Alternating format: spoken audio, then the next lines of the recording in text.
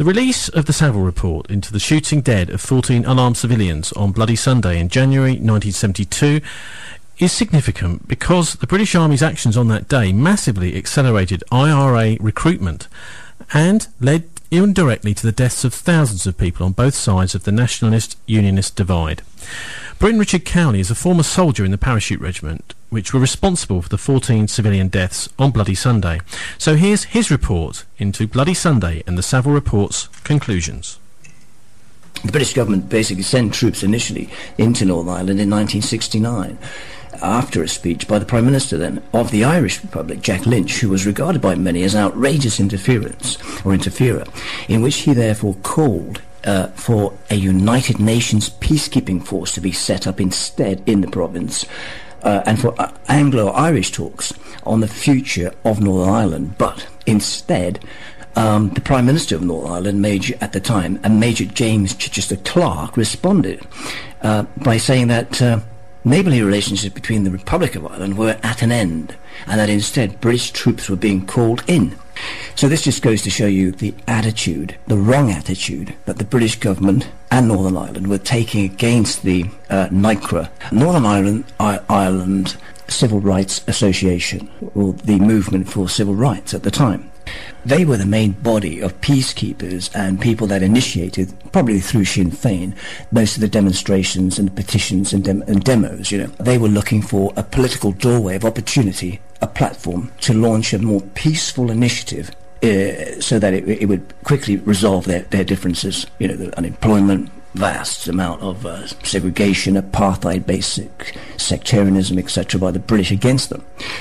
And so that was, in my opinion, the British government's first and biggest mistake. Major James Chichester, the British Home Secretary at the time, James Callaghan, was apparently in a plane on his way to talks with then the Prime Minister, Harold Wilson, in Cornwall, where he then received a telephone call, a radio call, asking for troops to be deployed.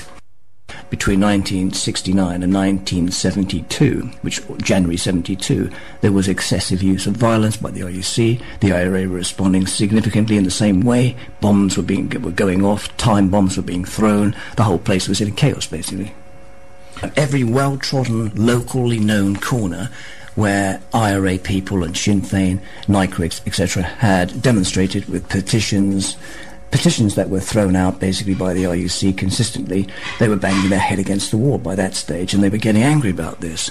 And so the government had responded incorrectly by sending troops in to try and quell the problem by force, which was their big mistake. And so by the time 1972 arrived, everybody was on tender hooks, and both sides were ready for action, you might say. Everyone was now aware of the recent deaths on both sides, and so they were expecting trouble. Martin, what do you think Richard's got it right there, painting a picture of what London Derry was like on Bloody Sunday 1972, just in the run-up to when these horrific shootings happened? I think he's got the sense of crisis correct. I think that what he's missed out on is that, in actual fact, the British Army were welcomed by the nationalists initially because they were seen as a buffer between them and a state which had become out of control. I mean, the RUC were leading mobs of loyalists into nationalist areas and carrying out killings. And the faith of the nationalist community in the state had simply evaporated. So, to that extent, the British Army came onto the streets and were initially welcomed. Because there was a presumption that once the British arrived, they would then reform the situation and get a grip on it. And what happened, of course, was that they didn't reform the situation. They carried on allowing the Unionist, James Chichester Clark, who was the Prime Minister of Northern Ireland, was allowed to carry on being in charge. After Bloody Sunday, Stormont was prorogued. That is to say that the local Parliament, which was dominated by Protestant extremists, if you like, was closed down from London. And why did it take 2 years to do that? I mean, what the nationalists were looking for was that to be closed down straight away. British Army gets a grip on the situation, and the IRA would never have been happy with that because they always had an agenda of violence, it has to be said. But they would have been marginalised by that. But of course, in actual fact, the way it played out, they were not marginalised at all. The British state played right into their hands, and with all of the consequences that we now know. Okay, so now we're going to hear Richard talking about General Robert Ford and apparently a top-secret memo which came out as part of the Savile inquiry. The Savile inquiry has dug up a number of points that have been contested, nevertheless, by existing QCs and other people. Lord Gifford QC put it to Lord Carrington, when he was cross-examined in the Bloody Sunday inquiry, that the government had been willing to risk the lives of innocent Catholics in order to appease Protestant opinion in Northern Ireland.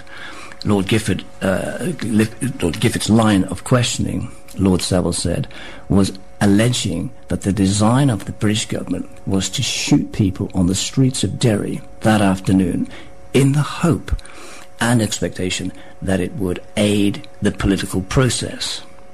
Carrington replied laconically to that it did not seem very likely. Now, it has to be understood that Lord Carrington has a previous military background himself. In fact, he was awarded the MC, the Military Cross, which is a very significant medal of honour and bravery in the Second World War in 1945.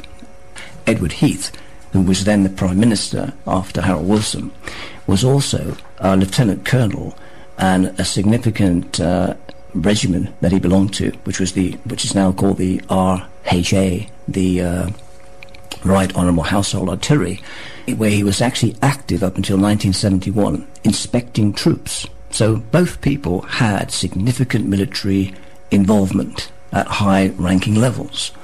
So Lord Carrington, who was then the Defence Secretary at the time of Bloody Sunday shootings in 72, said that there was never any question of the military opening fire on innocent civilians.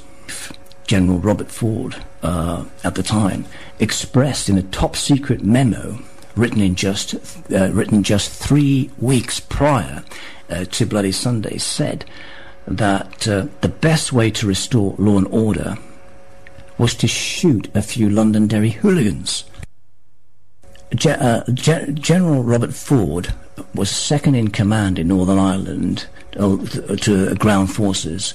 But the interesting point is that Lord Carrington, also denied that the appointment of General Robert Ford had signalled in any way a change of heart by his government. Lord Carrington dismissed suggestions, therefore, that there was a plan to deal with Londonderry by taking the sort of action which, in fact, we saw on Bloody Sunday. Yeah, he said that the suggestion of using premeditated military force simply didn't comply with the Army's rules of engagement contained in the yellow card which was issued to troops on the ground. Now, this is pretty shocking stuff that's come out as part of this Savile report, Martin. How on earth do you think this Ford, this what's his name, General Robert Ford, expected that by shooting some Londonderry hooligans that could help restore law and order? Well, I think what Savile has said is that played no part in what happened, and I think that's disputable. Ivan Cooper, who is a leader of the Northern Ireland Civil Rights Association and a Protestant, he's come out in the last couple of days saying, well, actually what's happened here is that senior officers have been basically excused, and all of the blame is being put on the frontline soldiers who overreacted, supposedly.